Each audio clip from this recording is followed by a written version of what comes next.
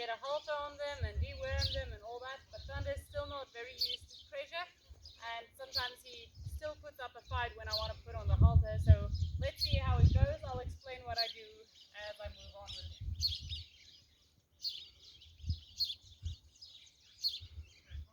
Right, so every time he looks at me, I give him a release to encourage that curiosity. I want to change direction with him, so I ask for that hindquarters, which he didn't set perfectly, but it's fine. And then ask for direction change, because obviously I want to put the halter on from the left-hand side. At this moment, he's still seeking comfort from Max, not making an issue out of it, kind of using it to my advantage. Good boy.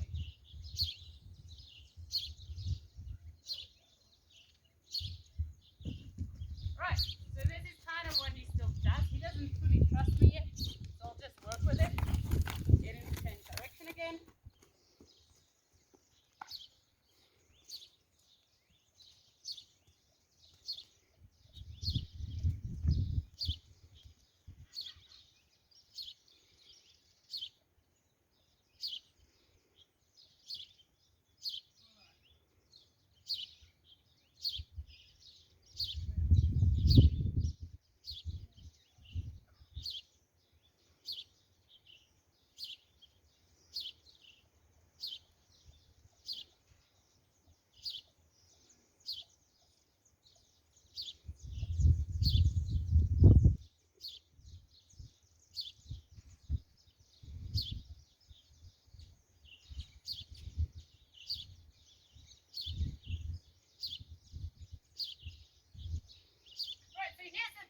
He's still very green for the halter, so I'm not going to make an issue out of putting it on and just getting him to stand still, but when he does, I'll make it easy for him. He's quite a curious type of horse, so you'll see that I allow him to sniff me quite often, and that is what actually comforts him. So yesterday was the first time that I actually left this horse, and I wish I made a video, because he didn't want to unstick his feet at all. It took me like 10 minutes just to get him to walk 2 steps. And I haven't put a halter on ever since, and he's actually following me. So when I put the halter on for the very first time and I ask them to unstick their feet, what I simply do is I'll apply pressure, and once they come forward, I give them a release. Same as here, I apply that pressure, he comes forward, I give him a release. Some horses would like a release as in a pet in the face, others don't. He's one of those that doesn't like it. But you'll see that I actually just kind of work it and ask him to get quiet, and once he does, I give him his release again. And you'll see eventually he'll start licking his lips. So right now,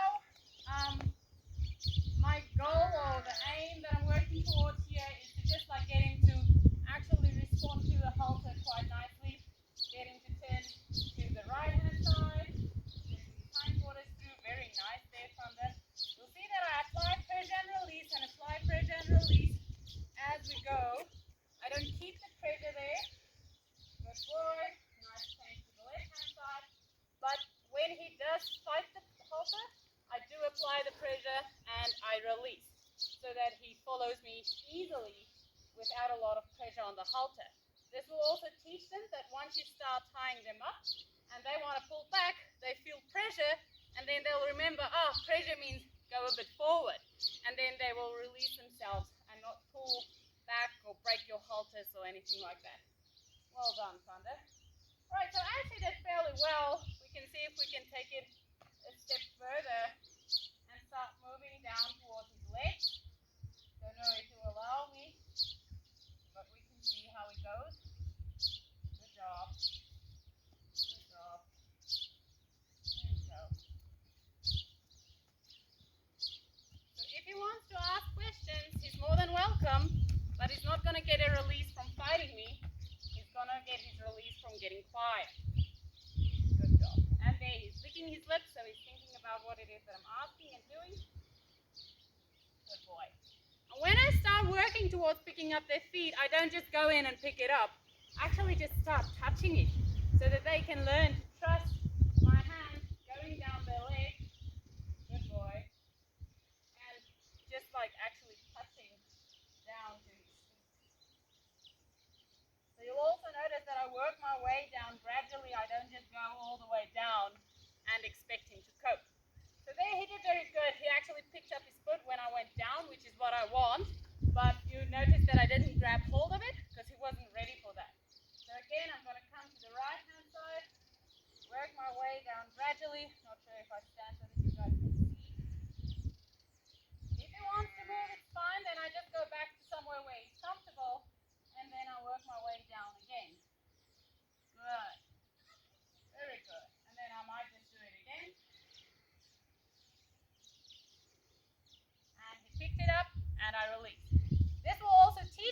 when you go down, he gives his foot by himself so that you don't have to pull on him, so that he picks it up.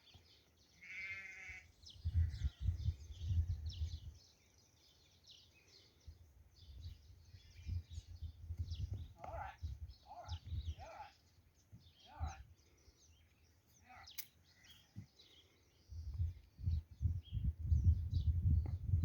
all right.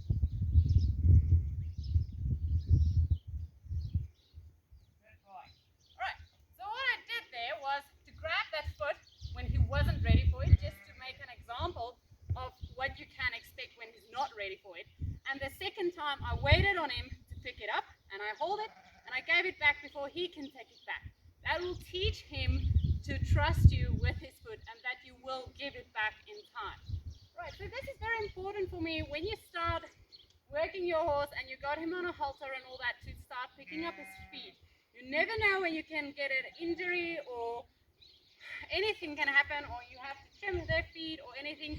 Then you should be able to pick up their feet and handle it safely. Alright, so I've got many horses coming here, terrible feet, terrible injuries, and I can't do anything about it because I can't pick their feet up. And then I have to rush into picking up their feet because I have to take care of the wound.